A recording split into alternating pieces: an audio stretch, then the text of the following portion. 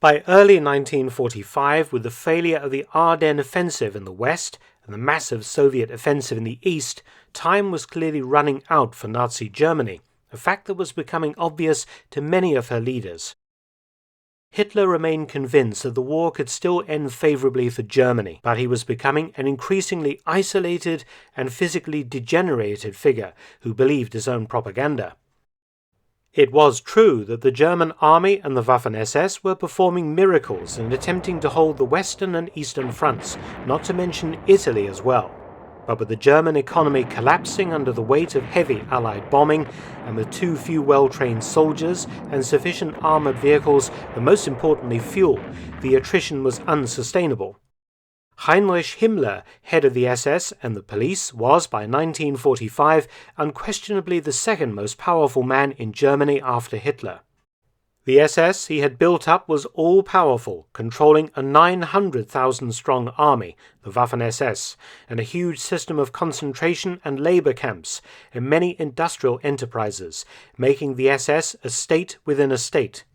Himmler had benefited greatly in the aftermath of the July 1944 bomb plot against Hitler, allowing him to extend his influence over the regular army, whose generals were now held in suspicion by the Führer, and Himmler used the roundups that followed the bomb to remove many of his remaining opponents. But Himmler had been stupidly promoted to field command by Hitler, leading first to his incompetent handling of the situation in the Vosges Mountains against US and French troops in the winter of 1944-45, and then command of Army Group Vistula to halt the Soviet offensive into Pomerania in early 1945. Himmler was eventually relieved of his command on the 20th of March, and these failures drove a wedge between Himmler and Hitler, so much so that Himmler decided to take action to end the war without recourse to Hitler. His intention was to negotiate a peace settlement with the Western powers, that is the United States, Great Britain and France, allowing Germany to concentrate all her forces on stopping the Soviets, and in the process making Himmler the leader of Germany. Himmler had access to Germany's best secret intelligence organizations and information, but he chose as his peace envoy his beloved and trusted Mazur, Felix Kersten, a Baltic German physical therapist, whom Himmler had come to rely upon to cure his stomach cramps caused by stress and anxiety. A society figure with a list of influential European patients, Kersten had already acted as Himmler's special envoy before. In August 1942, Kersten had helped organize Himmler's visit to Finland and was completely trusted. Himmler began peace negotiations, knowing full well that he couldn't inform Hitler of what he was doing. Hitler was firmly welded to fighting to the bitter end, and some historians have suggested that Himmler may have been seeking to eventually supplant Hitler as leader, as the Führer continued to deteriorate physically. And if any man could have toppled Hitler from within the inner circle, Himmler was probably best placed with the men and resources at his disposal. Himmler's first step was in reaching out to the Allies via neutral Sweden. Kersten was already in Stockholm and approached Count Volker Bernadotte, an aristocrat and a head of the Swedish Red Cross. Bernadotte had organized prisoner exchanges in 1943 and 44, whereby 11,000 Allied POWs were brought out of Germany via Sweden. He had a good working relationship with both sides. Himmler entered into a correspondence with Bernadotte, and Himmler sent his spymaster, SS Brigadeführer Walter Schellenberg, to Stockholm for face-to-face meetings. Himmler realized that he had some leverage with the Nordic nations, and could possibly earn some goodwill from the Western Allies by using some of the concentration camp prisoners as pawns in this game. By now Himmler was indeed playing a dangerous game. On the 20th of April 1945, he duly turned up at Hitler's last birthday celebration at the Reichschancellery in Berlin, a heavily bombed mess by this stage. That same day, Soviet spearheads reached the city's eastern suburbs and opened fire with artillery. To Hitler's face, Himmler swore complete allegiance before leaving Berlin as soon as he could, going north for a meeting the following day at Kersten's country estate at Harzwalde, 70 kilometers north of the capital. The previous day, Norbert Mazur, Swedish representative of the World Jewish Congress, had been flown from Stockholm to Tempelhof Airport in Berlin. The trip arranged by Kersten. Mazur was then driven to Harzwalde to await the arrival of Himmler and Schellenberg. Himmler arrived at the estate at 2:30 a.m. on the 21st of April and had a rather bizarre 2.5-hour meeting with Mazur, an extraordinary meeting between two dread enemies. Himmler tried to justify the Holocaust to Mazur and even told him, "I want to bury the hatchet between us and the Jews. If I had had my own way, many things would have been done differently." Himmler also told Mazur, who would inform Bernadotte and the Allies, waiting and watching behind him, that he was the Nazi leader the Western Allies should be talking to. He even wanted the Allies to set aside the final solution and move on. To us today, Himmler appears completely deluded, but his utterances demonstrate both his ruthlessness and lack of empathy for the victims of his policies, and his self-belief that he was the only man capable of saving Germany at this stage in the war. As an act of what Himmler perceived as goodwill, he ordered the release of 20,000 concentration camp inmates, many of them Scandinavians, and permitted their safe transport on the so-called white buses to Sweden. On the 23rd of April, Himmler had his first face-to-face meeting with Count Bernadotte when he went to the Swedish consulate in Lübeck in northern Germany. This meeting was critical. Himmler believed that he had established his good faith by permitting the White Buses operation to go ahead, and now he told Bernadotte that Hitler, in a burning Berlin being encircled by powerful Soviet armies, would probably be dead in 2 to 3 days. Himmler stated that he was basically the leader in waiting. Officially, according to the 1941 Law of Succession, drawn up following Rudolf Hesse's flight to Britain, Hitler's successor was Reichsmarschall Hermann Göring, the corpulent, drug-addled, and by now sidelined and disgraced head of the Air Force. It appeared unlikely that someone with Himmler's power would have agreed to serve under Göring as Führer. Therefore, Himmler asked Bernadotte to contact the Allied Supreme Commander, General Dwight D. Eisenhower, and tell him that Germany was prepared, under Himmler's leadership and with Himmler's SS and police keeping order, to surrender to the Western Allies, but only the Western Allies. There could be no surrender to the Soviet Union. Bernadotte suggested that Himmler write a letter to Eisenhower setting out these proposals. Of course, Himmler was now committing his treason to paper. The problem was the Allies had agreed among themselves that no one nation could accept a German surrender or partial surrender. Germany had to surrender unconditionally to all of the Allies. So if Roosevelt and Churchill had accepted Himmler's proposal, which they never did, and accepted a ceasefire and surrender of Germany's Western armies, it would have led to an immediate crisis with Stalin, and perhaps even war between the Allies. Himmler knew from long experience that the Western Allies didn't trust Stalin and were concerned by how much Europe he would swallow up before Germany's final capitulation, but Roosevelt and Churchill remained firm on the point of unconditional German surrender. Himmler was also deluding himself if he thought that the Western Allies wanted to deal with him or allow him to become the de facto leader of Germany. The Holocaust and German occupation policies throughout Europe, much of it stemming from Himmler's SS and Gestapo, ensured that Himmler was labeled as a major criminal to be found and punished once Germany surrendered. But things were happening beyond Himmler's control. The same day that Himmler met Bernadotte in Lübeck, Hermann Göring precipitated a leadership crisis in Berlin. Göring had also left Berlin on the 20th of April, following Hitler's birthday and a military conference in the Führerbunker. He had made arrangements to have trainloads of art and antiques, much of it looted from private collections, shipped south from his huge estate, Karrenhall near Berlin, to the relative safety of Obersalzberg near Berchtesgaden in southern Bavaria, where Göring also maintained a house next to Hitler's Berghof.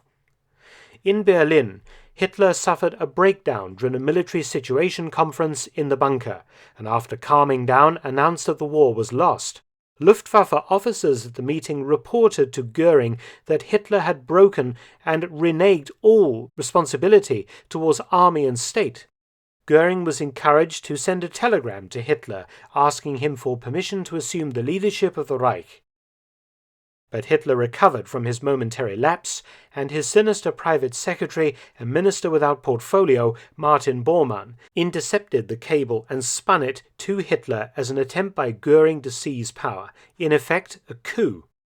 Hitler ordered Göring's arrest and stripped him of all his positions, removing him from the line of succession. However, though Göring's disgrace had cleared him out of the way of Himmler's succession, who would probably have been Hitler's natural choice under the circumstances, Himmler's overtures to Eisenhower were rebuffed.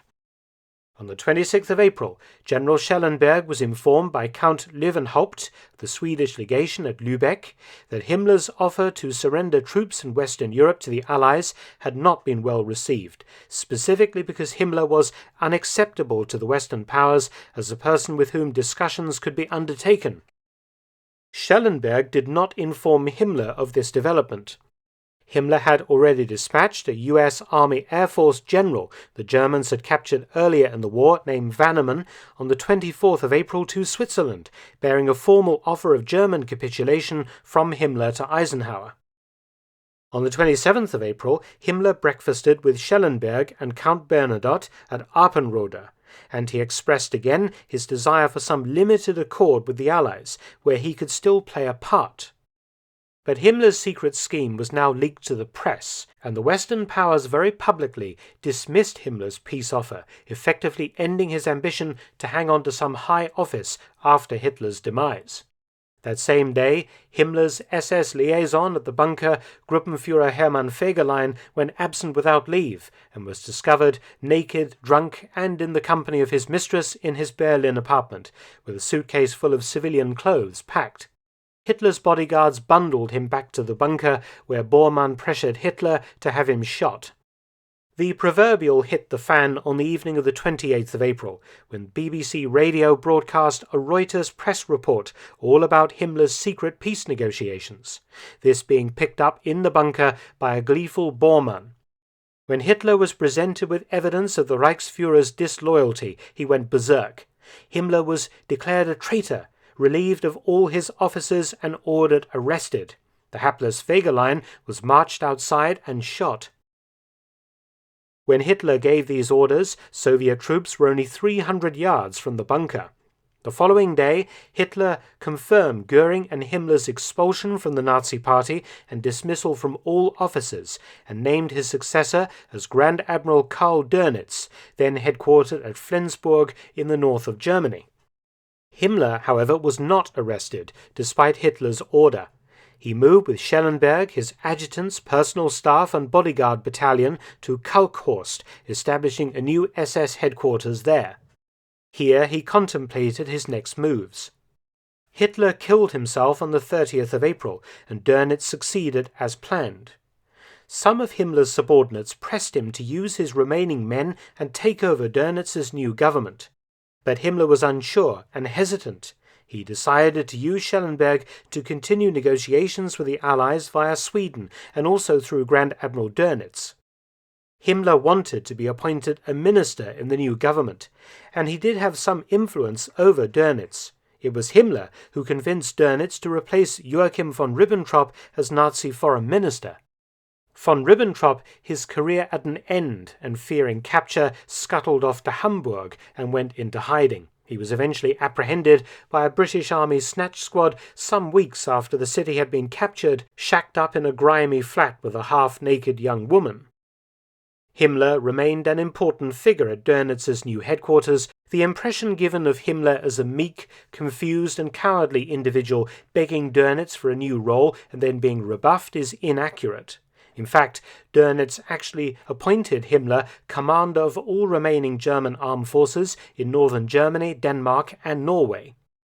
When Dönitz received Bormann's message from the Führerbunker ordering him to arrest Himmler as a traitor, Dönitz had actually been in a meeting with the Reichsführer discussing the imminent fall of Hamburg to the British. Instead of arresting him, Dönitz continued with the meeting. The following day, Himmler went to Dönitz's headquarters and had lunch with the Grand Admiral.